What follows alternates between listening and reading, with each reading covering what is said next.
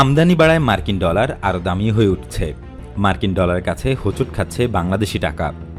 আমদানি খরচ বাড়ার সাথে সাথে প্রবাসী আয় প্রবাহ কমে যাওয়ায় প্রাতিষ্ঠানিক ব্যাংকিং চ্যানেল ও খোলা বাজারে টাকার বিপরীতে মার্কিন ডলারের মূল্য বেড়েই চলেছে, যে কারণে চাপের শিকার হচ্ছে দেশের বৈদেশিক মুদ্রা বিনিময় বাজার। নগদ ডলারের দাম গত এক সপ্তাহে 0.30 পয়সা থেকে 0.40 পয়সা বেড়ে এখন প্রায় 88 টাকায় বিক্রি হচ্ছে। রোববার নাগাদ এলসির অর্থাৎ লেটার অফ ক্রেডিটের দর 30 পয়সা বেড়ে এখন প্রায় 85 টাকা 25 পয়সায় পৌঁছেছে। নগদ ডলারের দাম গত এক সপ্তাহে 30 পয়সা থেকে 40 পয়সা বেড়ে প্রায় 88 টাকায় লেনদেন হচ্ছে। ডলার সংকট সামাল দিতে ইতিমধ্যেই বিপুল পরিমাণে কেনার নীতি থেকে সরে এসে উল্টো বাণিজ্যিক ব্যাংকগুলোর কাছে ফরেক্স রিজার্ভ থেকে ডলার বিক্রি করছে বাংলাদেশ ব্যাংক। মুদ্রাবাজার স্থিতিশীল রাখতেই নেওয়া হচ্ছে এমন পদক্ষেপ। অথচ গেল 20-21 অর্থ বছরে কম আমদানি ব্যয় ও উচ্চ রেমিটেন্স প্রবাহের কারণে রেকর্ড পরিমাণ 800 কোটি ডলার কিনেছিল বাংলাদেশ ব্যাংক। কিন্তু কেন্দ্রীয় ব্যাংকের সাম্প্রতিক তথ্য অনুসারে আর্থিক খাতের নিয়ন্ত্রক সংস্থাটি আগস্ট থেকে 305 মিলিয়ন ডলার বাণিজ্যিক ব্যাংকের কাছে বিক্রি করেছে। সংশ্লিষ্টরা বলছেন, ডলারের দর বৃদ্ধি দেশে অর্থনৈতিক কর্মকাণ্ড বৃদ্ধির ইঙ্গিত। চলাচলে নিষেধাজ্ঞা উঠে যাওয়ায় মানুষ আবারও ঘরে বাইরে বেরোচ্ছেন, ব্যবসা বাণিজ্য স্বাভাবিক হচ্ছে, আর সে কারণেই ডলারের দাম বাড়ছে বলে মন্তব্য করেন তারা।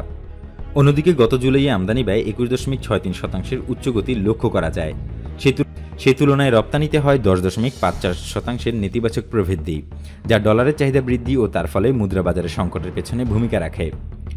মহামারীর প্রথম বছরে দেশে প্রবাসী আর যে উল্লেখযোগ্য প্রভাব লক্ষ্য করা গিয়েছিল তা চলতি বছর শুরু থেকেই কম হওয়ায় ডলারের বাজারে প্রভাব পড়েছে। বছরওয়ারি হিসেবে 20-21 অর্থ বছর প্রথম 2 মাসে রেমিটেন্স 50% রেকর্ড প্রবৃদ্ধি লক্ষ্য করে বাংলাদেশ।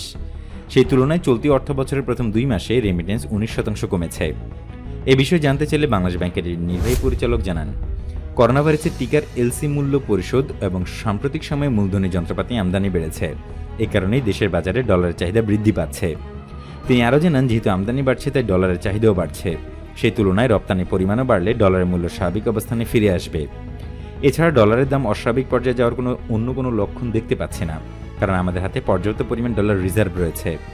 বাজার স্থিতিশীল রাখতে আমরা ব্যাংকগুলোর কাছেও চাহিদা অনুযায়ী ডলার বিক্রি করছি। দীর্ঘদিন স্থিতিশীল থাকার পর গত মাসের শুরু থেকে টাকার বিপরীতে ডলারের দাম বাড়তে শুরু করে। আগস্টে আন্তঃব্যাংক লেনদেনে ডলারের দাম বেড়েছে 40 পয়সা।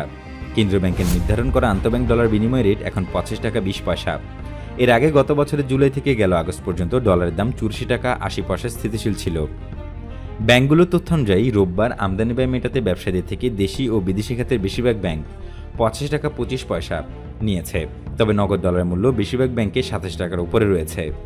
কয়েকটি ব্যাংক নগদ ডলারে 88.5 টাকায় বিক্রি করেছে। রোববার বাংলাদেশ ব্যাংক প্রদত্ত তথ্য অনুযায়ী আমদানি দায় মেটাতে ব্যবসায়ীদের থেকে দেশি ও বিদেশি খাতের বেশিরভাগ ব্যাংক প্রতি ডলারে 85 টাকা 25 পয়সা করে নিচ্ছে। তবে নগদ ডলারের মূল্য বেশিরভাগ ব্যাংকে 87 টাকার উপরে রয়েছে।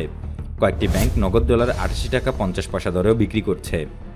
কেন্দ্রীয় ব্যাংকের ওয়েবসাইটে গত 2 সেপ্টেম্বর ব্যাংকগুলোর ঘোষিত মুদ্রা বিনিময় হার অনুযায়ী নগদ ডলারের দর সবচেয়ে বেশি উঠেছে ব্র্যাক ব্যাংক, এনআরবিসি ও আইসিবি ইসলামী ব্যাংকে। ব্যাংকগুলোর নগদ ডলারের দর ছিল 88 টাকা 50 পয়সা। এছাড়া বেশিরভাগ ব্যাংকই 87 টাকা থেকে 88 টাকায় ডলার বিক্রি করেছে।